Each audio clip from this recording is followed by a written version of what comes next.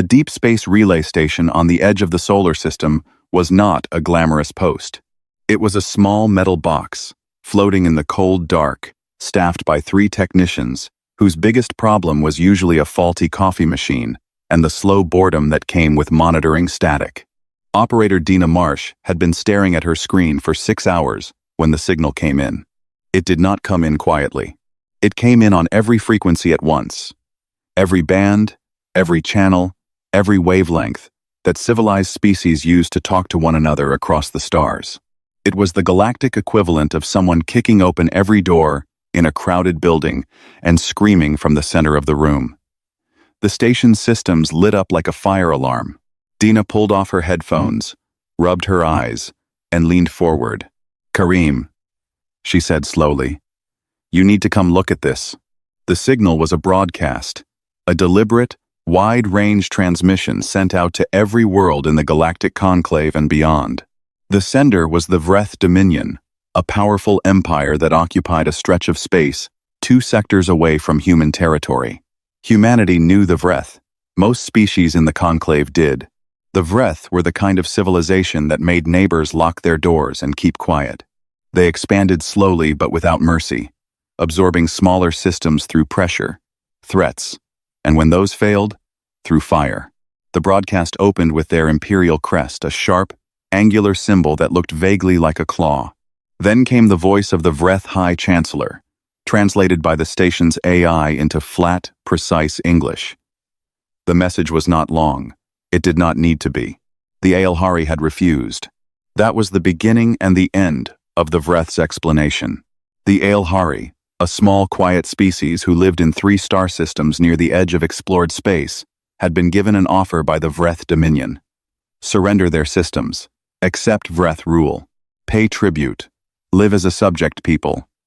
The Alhari had met, discussed it for 2 weeks, and then sent back a single, polite, firm refusal. The Vereth Chancellor's voice was calm as he explained what that refusal meant. Then the broadcast cut to footage. Dina Marsh had seen ugly things in her career. She had reviewed conflict data from border skirmishes, studied old war archives from Earth's own bloody history, processed distress signals from failed colony ships, but what she watched in the next 4 minutes made her grip the edge of her console and stop breathing. The footage showed an Alhari colony world from orbit. It was a green and blue planet, small, quiet-looking, the kind of world that reminded her of old nature films from Earth. Then the Vereth ships came into frame. They were enormous. They hung above the planet like dark moons. And then they fired, not targeting military installations, not hitting power grids or government buildings. They fired on everything. Cities became white flashes. The green turned brown. A planet of roughly 800,000 people, farmers, teachers, children, elders, stopped existing in the time it took Dina to finish her cup of cold coffee. The Vereth Chancellor returned to the screen. His message to the rest of the galaxy was simple. This was a demonstration. Any species considering similar resistance should take note. The Alhari had 2 remaining colony worlds, and their homeworld. The Vereth would take them in time. Anyone who involved themselves in what the Chancellor called an internal expansion matter would be considered a hostile party. The broadcast ended. Dina sat in silence for a long time. Then she filed the transmission upward with an urgency flag she had never used before in her career. Within hours, the broadcast had reached every major world in human space. It had also reached the Galactic Conclave, the great multi-species governing body that met on the neutral station of Conclave Prime, where representatives of over 60 species gathered to manage the complicated business of interstellar civilization. The Conclave's emergency session was called the next morning. It lasted 9 hours. The result was a formal statement of condemnation, a long document full of phrases like deeply concerned, and calls upon the Vereth Dominion to exercise restraint. There were no sanctions. There was no fleet deployment. There were no ultimatums. The Vereth ambassador sat through the entire session with an expression that, on his species' face, translated roughly to amusement. When the session ended, he was heard telling a colleague in the corridor that the Conclave's bark had always been worse than its bite, and that the bite had never been very impressive either. On Earth, the broadcast played on every screen. It played in living rooms and cafes and offices and classrooms. It played on the big public screens in Lagos and Seoul and Buenos Aires and Toronto. People stood in streets and watched it. Nobody needed the translation AI to understand what they were seeing. The footage was its own language. A planet burned. 800,000 people gone. Because they said no. There was crying. There was shouting. There were people who turned their screens off and sat in the dark because they couldn't stand to look at it anymore. There were others who couldn't look away. But the thing that those watching closely would later note, the thing that a Vereth political analyst would later call the single greatest miscalculation in his empire's history, was the silence that came after. Not the silence of people who were scared. Not the silence of a species calculating how far away the Vereth were and whether this was really their problem. It was a different kind of silence. Anyone who had lived through a storm knew the feeling, that moment when the wind stops, just before the worst of it hits. That breathless, loaded pause. It was the silence of a species that was remembering something. Humans had a long memory, longer and darker than most species in the conclave knew, because humanity had spent most of its history on one small world, doing terrible things to itself, learning hard lessons over and over again, until enough of those lessons finally stuck. They had built empires and burned them. They had drawn lines across maps and killed millions over those lines. They had marched people into camps. They had dropped fire from the sky on cities full of ordinary people. And then, slowly, painfully, generation by generation, they had looked at what they had done and decided they did not want to be that anymore. They had made promises. Not just laws. Not just treaties. Promises the kind that sat in the bone, that got passed from parent to child, that showed up in the way humans tensed when they saw certain kinds of footage, the way a very old grief could wake up in a person who had never personally lived through the thing that caused it. Those promises had a specific shape. They had been made in specific words, after specific horrors. And every human watching that broadcast knew, without being told, without a speech or a politician's guidance, that they were looking at the shape of those promises being broken. Not by them. Not yet. But in front of them. In the dark of space, 2 sectors away, on a green and blue world that was now ash. The silence stretched across every human city on Earth, and Mars, and the colonies beyond. Then it broke. Senator Amara Diallo had not slept. She had watched the broadcast 3 times in her office, not because she wanted to, but because she needed to be sure she was seeing exactly what she was seeing. She was a careful woman. She had spent 30 years in politics on Earth's Global Council, and she knew that careful women did not react to things. They understood them first. So she watched. She read the conclave's response. She read the intelligence summaries that were quietly placed on her desk by people who had also not slept. Then she stood up, walked to the council floor, and spoke. She did not prepare notes. She had never needed notes for the things that mattered most. There is a species called the Alhari, she said, and the chamber was quiet from the first word. Most of us have never met one. Their worlds are far from ours, and they are not a people who travel much or make noise in the conclave's halls. They are farmers and teachers and artists. They build with their hands. They raise their children in homes that are, from the images we have seen, quite beautiful. She paused. The screen behind her showed the broadcast footage, not the burning, but the before. Green fields, towers that caught sunlight in strange colors, children in what looked like a schoolyard. They said no to the Vereth dominion. She continued. That was their only crime, and 800,000 of them were burned from space for it, while the Galactic Conclave issued a statement of concern. The chamber was still. I am 61 years old, Amara said. My grandmother's grandmother survived something on this planet that looked exactly like what we just watched happen in space. She lived the rest of her life with the specific and terrible knowledge that the world had seen it happening and chosen, very carefully, to look away. She let that sit in the air. We have seen this before, she said then, her voice steady and low. We know exactly what this is. We know what it leads to, and we know what it costs when it is not stopped. And we know in our bones what it means to be the people who watched and did nothing. She looked slowly around the chamber. We swore. When we were a young and broken species, covered in the blood of what we had done to each other, We swore that if we ever had the power and the chance, never again. Not by our hand. Not on our watch. She sat down. She did not raise her voice once. The speech lasted 4 minutes and 20 seconds. It was broadcast live, as all council sessions were, across every human world. Within an hour, it had been seen by more people than any political address in recorded human history. Not because of clever editing or media strategy, but because people were already sitting at their screens, waiting to hear someone say the thing they were all feeling. She had said it. The reaction was not chaotic. That was the part that confused outside observers, the Vereth analysts, the conclave diplomats who were watching human networks carefully after the broadcast. They expected protests, maybe riots, the kind of noisy civilian outrage that burned hot and faded fast. They expected politicians to argue about whether this was humanity's business, about the cost of involvement, about the risk of provoking the Vereth. Some of that happened. But underneath it, something else was moving. Something quieter and far more organized. The military reserve notification system sent out its first activation codes within 36 hours of Senator Diallo's speech. It was not an emergency call-up, not yet. It was a readiness check. A quiet message sent to every trained reservist in human space. Be aware, be available, wait for further instruction. The response rate was over 90% within 12 hours. The system had never seen numbers like that outside of a declared emergency. On the lunar shipyards, the night shift supervisors found their facilities fully staffed when they arrived for their morning round. Workers who were not scheduled had simply shown up.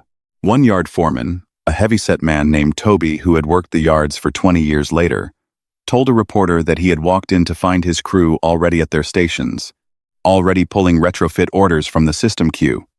Nobody called them. Nobody told them to come. They just came. The factories on Mars began retooling. The deep space mining operations that fed raw materials to those factories quietly doubled their output schedules. Supply chains that normally operated on civilian timelines began shifting to military ones, not through government orders, but through the individual decisions of thousands of workers and managers and logistics coordinators who read the news, looked at their jobs, and decided that what they did next mattered. It was not a machine that woke up. It was people, millions of them, moving in the same direction without being told to, because they all read the same history. Meanwhile, in parts of human space that were not on any public map, people who did very quiet work for a government branch that did not officially exist began moving too. They traveled on civilian documents.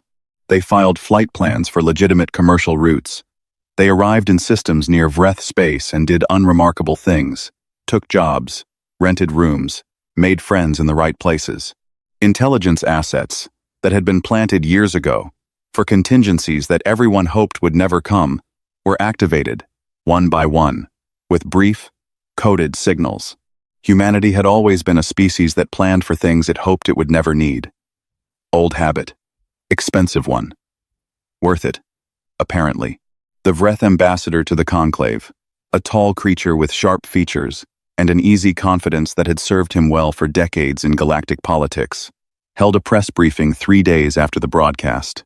He addressed the human reaction directly, in the mild and slightly patronizing tone he was known for. We understand the humans are experiencing some emotional distress regarding the Alhari matter, he said. It is a young species' natural response to imagery that is, admittedly, quite dramatic. We expect this will pass. The Vereth Dominion has no quarrel with humanity, and we trust that cooler heads will prevail as they process their feelings. He paused, then added with the closest thing his face could form to a smile. The children are upset. Let them cry. The quote was picked up immediately. It moved through human networks at extraordinary speed. Someone turned it into a poster, just the words, plain white text on black. It appeared in windows and on walls and on the sides of buildings within hours. No one organized the campaign.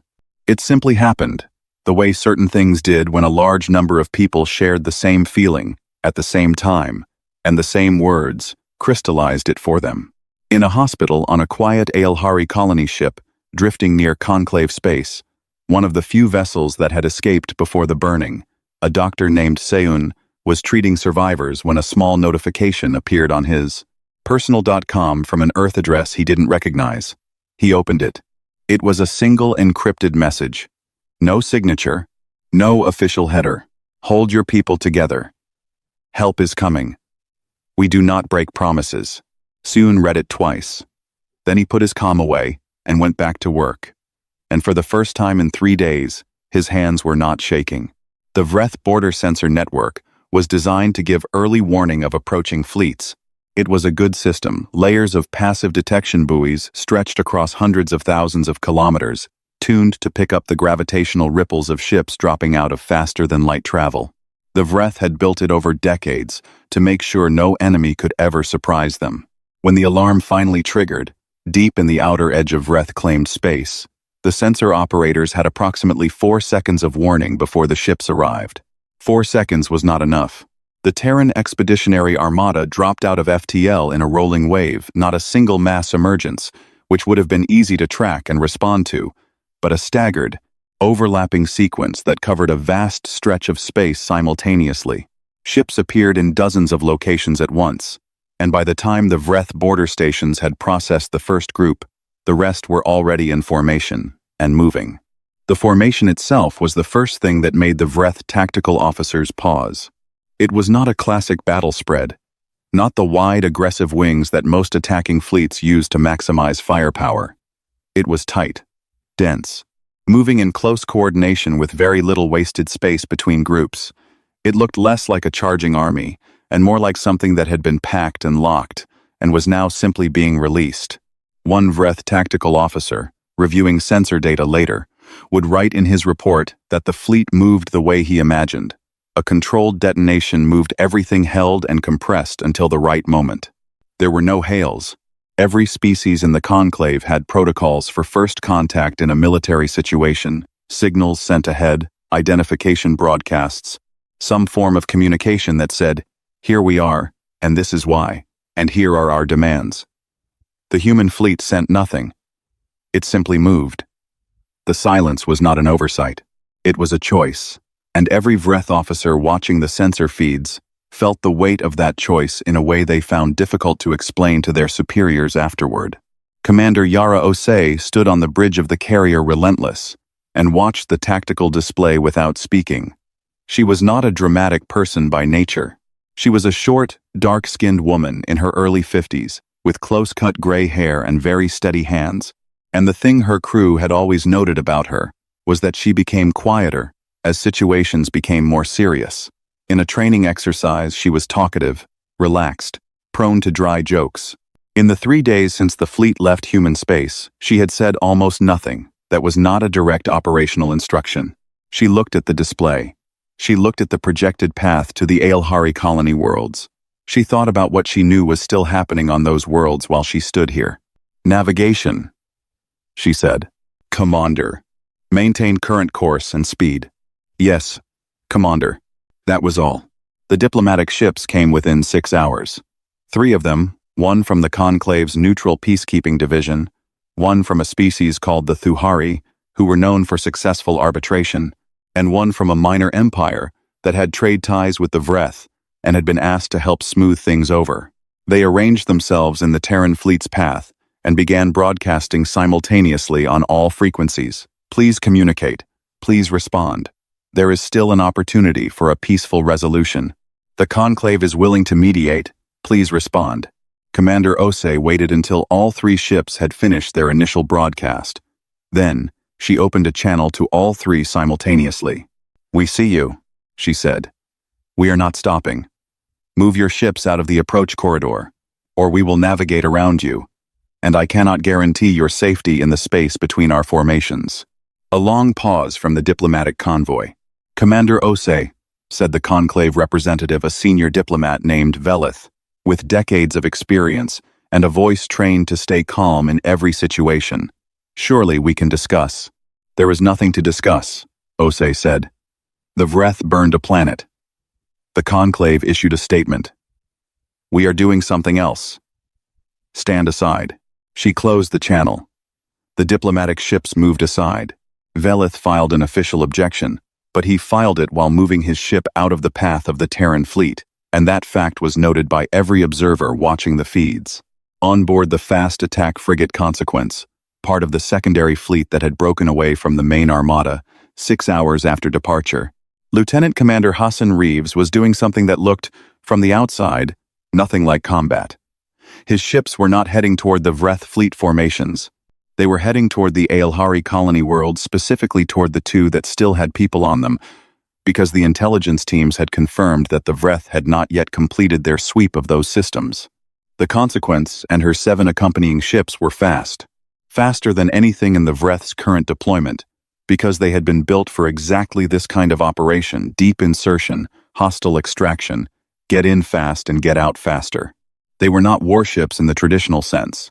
They were rescue ships, with enough firepower to make a convincing argument for being left alone. They dropped into the first colony system under active Vereth bombardment. The colony was a small one, maybe 40,000 people, clustered in 3 population centers near a river delta. The Vereth had 2 destroyers in low orbit, and were methodically working through the settlement grid. Reeves assessed the situation in the time it took to read the tactical display, then started talking. Target the destroyer on the eastern orbit. Single volley, shields and engines only. I want it disabled, not destroyed. Second ship. You have 30 seconds to respond to our hail before we do the same to you. The first destroyer was disabled before it could complete a targeting solution. The second one responded to the hail. Reeves put his face on the channel. You are interfering with a sanctioned Vereth. Stop firing on the ground, Reeves said. Right now. Then sit there and don't move. We are evacuating these people, and we are leaving. If you open fire on our rescue craft or on the colony again before we are done, I will remove your ship from orbit. That is not a threat. It is information. The Vereth ship stopped firing. Reeves cut the channel and turned to his operations team. Get the transports moving. We have a window. Let's use it. The evacuation of the first colony took 4 hours. The Vereth ship in orbit watched in silence the entire time. Reeves kept one eye on it, and one eye on the ground feeds showing people, Alhari families, elderly and young and frightened, being loaded onto transports in steady, organized lines. His medic teams were already working on the worst of the wounded. When the last transport cleared the atmosphere and jumped to the pre-arranged safe point, Reeves let out a long, slow breath. Second colony, he said. Same approach. Let's go. Across the galaxy, on 100 different worlds, civilian networks were broadcasting everything: the Terran fleet's advance, the silent refusal to negotiate, the rescue operation, under fire. Species who had never paid much attention to humanity watched with the particular fascination of people who have always assumed a neighbor is harmless, and are now revising that assumption at speed. A political commentator on a Thuhari broadcast network tried to explain it to her audience. The humans are not fighting like a species that wants territory, she said, struggling a little. They are not fighting like a species that wants resources or power or a favorable trade agreement. They are fighting like a species that is angry. And I think what makes this so difficult to understand for many of us is that they are angry on behalf of someone else. She paused, looking at footage of the rescue transports rising from the colony world. I am not sure we have a word for that, she admitted. The battle for the Vereth Dominion's outer defense line lasted 11 hours. By any measure of fleet size and firepower, it should have lasted longer. The Vereth had prepared that line over decades: deep-anchored orbital platforms, interlocking fields of fire, defensive formations that had been drilled into Vereth commanders since their earliest military training. It was a serious defensive structure built by a serious military power. The Vereth had used it before to hold off fleets larger than the human one. But the commanders who had attacked that line before did not fight the way humans did. The first thing the Vereth noticed was that the human fleet did not attack in predictable patterns. Most military forces across the dozens of species the Vereth had fought in their long history used established doctrines. They had formations and tactics that they trained with, and in battle they executed those formations and tactics. There was a kind of logic to it, a grammar that experienced commanders could read. You learn to predict the enemy. You set your defenses to answer their patterns. The human fleet did not have one pattern. It had hundreds, and it changed them. Within the first 2 hours of engagement, The Vereth Tactical Command Staff had identified 6 distinct attack approaches from different human fleet groups. By the time they had adjusted their defensive formations to answer those approaches, the human groups had already shifted to 3 different ones. The Vereth were always answering the last thing they had seen. The humans were always doing the next thing. One senior Vereth tactical officer put it in his after-action report with a kind of exhausted honesty. They adapt in real time, at fleet scale, in the middle of a battle. I am not sure how this is organizationally possible. It should not be organizationally possible. Their commanders appear to be improvising, but the improvisation is coordinated.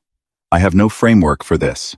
The framework, had anyone asked, was simply that humans had spent most of their existence fighting each other. Not skirmishes or border disputes, but serious, total, desperate wars. Wars where losing meant annihilation, where the enemy knew your tactics because they had read the same books you had, where adaptation was not an advantage, but a survival requirement. The Vereth had spent their military history fighting species that were weaker and less experienced. They were very good at beating opponents who played by the rules. They had no preparation for an opponent who had spent 10,000 years learning to throw the rules away when the rules stopped working. The outer line broke at hour 11, not from a single decisive blow, but from 100 small breaks opening at once, as exhausted Vereth formations finally failed to answer the relentless, shifting pressure. The human fleet moved through the gaps without pausing and pressed toward the inner systems. Commander Ose received the breakthrough report on the bridge of the Relentless. She noted it, updated the tactical map, and continued. 2 days later they reached the Vereth core systems, and the High Command made its move. The transmission came in on every frequency another broadcast, the second one the Vereth had sent to the galaxy in this war. But this one was not confident. This one was desperate, and desperation had a way of making powerful people reach for terrible things. The footage showed a detention facility on one of the Vereth core worlds. Inside it were Alhari, approximately 9,000 of them, civilians who had been captured during earlier Vereth operations and held as what the Chancellor now openly called leverage. He was direct about it. If the Terran fleet continued its advance, they would die. The Chancellor gave a timeline, 12 hours to halt, or the facility would be destroyed. The broadcast went to the whole galaxy. Every species watching the feeds waited to see what Commander Ose would do. She did not stop the fleet. She also did not ignore the broadcast. Within 40 seconds of it reaching the Relentless, she had already opened a channel to a section of her fleet that had been traveling quietly on the outer edge of the Formation 12 small, fast ships under the command of a major named Rin Sato, whose entire unit's purpose was to handle problems that the main fleet was too large and too visible to handle. Sato, Ose said. I already saw it, Sato replied.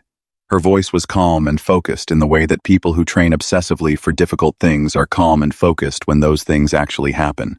I have the facility coordinates from the intelligence package. Requesting authorization. You have it, Ose said. Bring them out. Understood. Sato's 12 ships peeled away from the formation and accelerated. What happened next was watched live by most of the galaxy, because the Vereth had been broadcasting from the facility and the feeds were still active. The 12 human ships dropped out of FTL at point-blank range from the facility a distance that was technically insane, that required a level of navigational precision that most species considered inadvisable. They had precisely calculated it. 3 ships formed a defensive screen against the facility's armed guards. 6 ships locked onto the facility's structure with a combination of precision breaching tools and transport beams. 3 ships jammed every Vereth communication in the area to prevent any remote destruct signals from getting through. It took 11 minutes. Every person in that facility was pulled out. The last transport cleared the facility.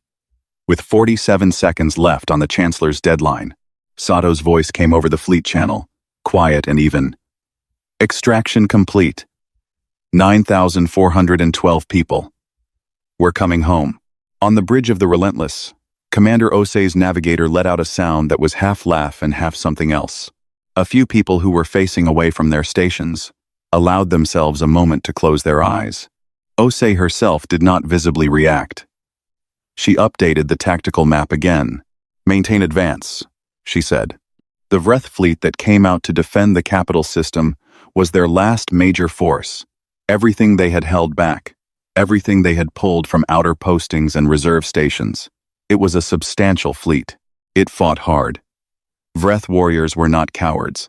They fought with real discipline and real courage, and they made the human fleet earn every kilometer of ground. But the Vereth High Command had built their entire military doctrine around the idea that they would fight from a position of advantage, more power than their enemies, better position, better preparation. This was the first time in the Dominion's history that they found themselves fighting without any of those things, and they had no tradition to fall back on, no doctrine for fighting at a disadvantage, no historical examples to follow. The human fleet had nothing but those examples. Humans had fought outnumbered and outgunned, and exhausted in mud and in snow and in the dark of space, and they had 1,000 different ways of thinking about how to keep going when everything said to stop. That knowledge was now worth more than the Vereth's superior numbers had ever been. The Vereth Capital Defense Fleet broke at the end of the second engagement day. Ships began surrendering in groups. A few attempted to retreat. Most simply stopped fighting. The Chancellor was captured in his administrative complex, still transmitting demands for a ceasefire to a fleet that had stopped taking his transmissions. He had expected, at the moment of capture, that the humans would be dramatic about it, that there would be a speech, a display of power, some statement of dominance. Commander Ose sent 4 soldiers and a legal officer. The legal officer read the Chancellor his rights under the Conclave's war crimes statute and placed him under formal arrest. It was handled like paperwork. In the Conclave chamber, where representatives had been watching the feeds for days with expressions ranging from stunned to shamed to genuinely frightened, the Vereth ambassador finally had nothing left to say. He sat in his chair and stared at the display and said nothing at all. One Conclave representative, a small, bird-like being from a species called the Alhari, who had been quiet through most of the crisis, sent a private message to the Earth Council. It contained 3 words in standard Galactic. Thank you. Finally, the morning after the Vereth fleet surrendered, Commander Yara Ose walked outside. The Vereth capital city was large and, in a different time, probably impressive wide streets, tall buildings with sharp angular architecture, everything built to look powerful and permanent. Now it was quiet in the way that cities become quiet, when something enormous has just ended. People were inside.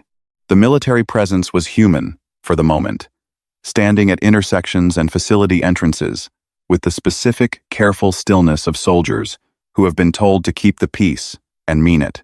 Ose walked for 20 minutes without a destination. Her aide trailed her at a respectful distance, understanding that this was not the time to talk. She looked at the city. She thought about the people inside the buildings, ordinary Vereth, people who had not chosen this war, who had gone to work and raised their families and lived their lives inside an empire whose decisions they did not personally make and whose consequences they were now living with. She thought about 800,000 Alhari who would never walk outside again. Then she went back inside and got to work. The terms of resolution were written and finalized over 3 days. There were no theatrics. There was no ceremony designed to humiliate. Ose sat across a long table from the remaining Vereth governmental officials. The Chancellor was in custody, and the people across from her were administrators and ministers who had, by the end of this, wanted none of it, and went through the document, point by point.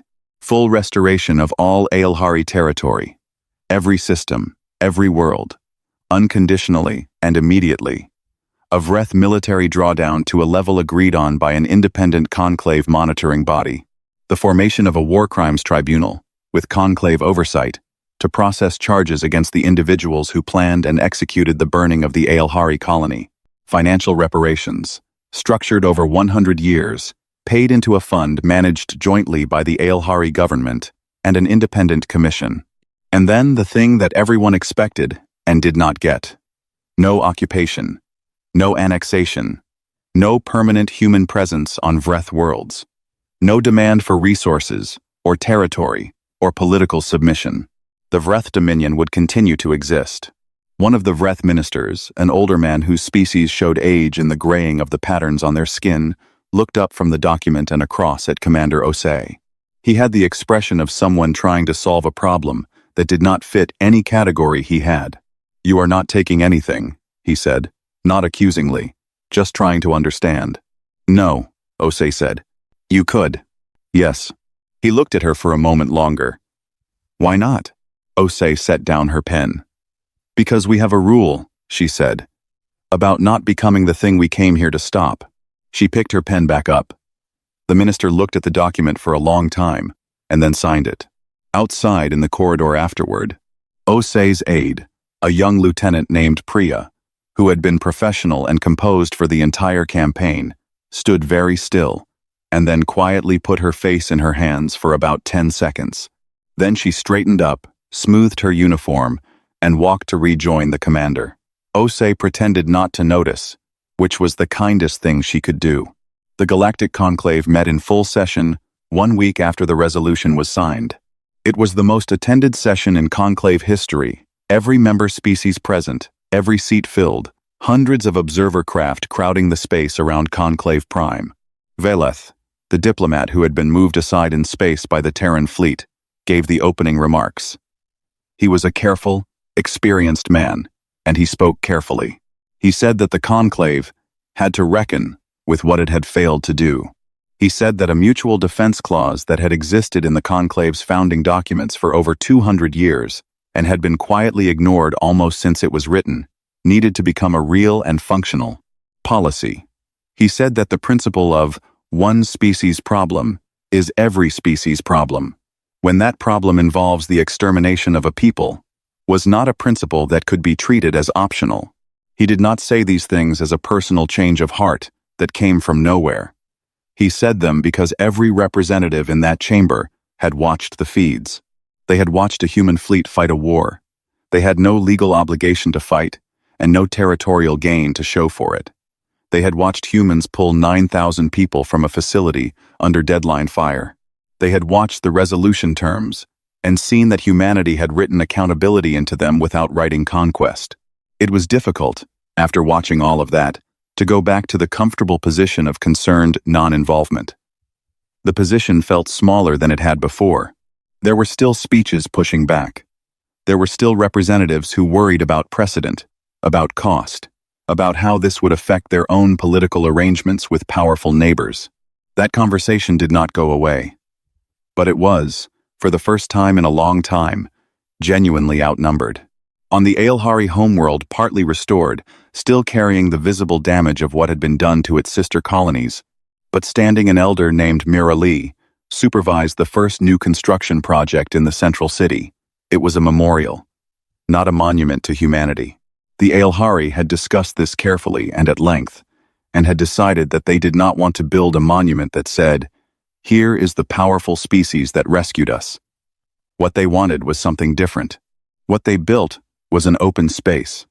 A wide, quiet square, paved in pale stone, with a single structure at its center. A tall, simple column, with no name on it, and no symbol. Around it they planted trees, Alhari trees, the kind that had grown on the colony world before it was burned. Seeds that had been saved by families carrying whatever they could as they ran. The trees would take decades to grow to their full height. The inscription at the base of the column was short. It said, "Someone came. Remember that someone came, and let it mean something about what we choose to do when it is someone else's turn to need it." Mirali stood at the square for a long time after the workers had gone home. She had lived through the burning. She had lost people she loved in it. She had sat in a rescue transport with 30 frightened strangers and watched a young human medic work for 6 straight hours on the wounded without stopping. She had a lot to think about, and the quiet helped. Senator Amara Diallo read the casualty reports alone in her office. She had asked for the full list, not a summary, not a strategic overview, the actual names. There were 412 of them, soldiers and pilots and rescue workers who had gone into Vereth space and not come back. Some of them were barely 20 years old. Some of them had families who had sent them off with the specific human combination of pride and terror that every military family in history had known. Amara read every name. She did not do it to punish herself. She did it because she believed that decisions like the ones she helped push into motion needed to be held by the person who helped make them really held, personally and specifically, not filed away as an acceptable loss column in a strategic document. The cost of doing the right thing was a real cost, paid by real people, and forgetting that was how good intentions curdled into something dangerous. She put the list down when she was done. She sat with it for a while. Then she wrote 412 handwritten letters, one to each family. It took her 3 weeks. Her staff offered to help. She told them no. On Earth, life went on. People talked about what had happened. Some thought humanity had done exactly the right thing. Some thought they had done the right thing in a way that had been too costly. Some worried about what it would mean for human relations with the Conclave and with other powers who might now see humanity differently. Those conversations were complicated and ongoing and would not resolve neatly because they were the kind of conversations that real things required. But in a school in Nairobi, a teacher named James played the broadcast of Senator Diallo's speech for his students, not the full political context, not the military analysis, just the 4 minutes and 20 seconds of a woman saying what she saw clearly and simply. His students were 12 years old. They watched it and then sat quietly for a moment. A girl near the window raised her hand. "Did it work?" she asked. "Yes," the teacher said. She thought about that. Then she nodded once, like something had been confirmed for her, that she had needed to know, and turned back to her notebook. They had not fought for glory, nor for empire, nor for the memory of their own dead. They had fought because a people were burning, and humanity bloodied, complicated, ancient in its grief, and very slow to forget what it meant to be helpless, had looked upon it and simply could not look away. The galaxy did not fear humanity less after that day. But across 100 worlds, in 100 different languages, a question was quietly being asked that had not been asked before. If it were us burning, would they come? And the honest answer, which most species arrived at after watching the feeds and reading the terms and looking at the list of 412 names, the honest answer was yes. That knowledge sat differently in the chest than fear did. It was heavier and warmer and harder to put down.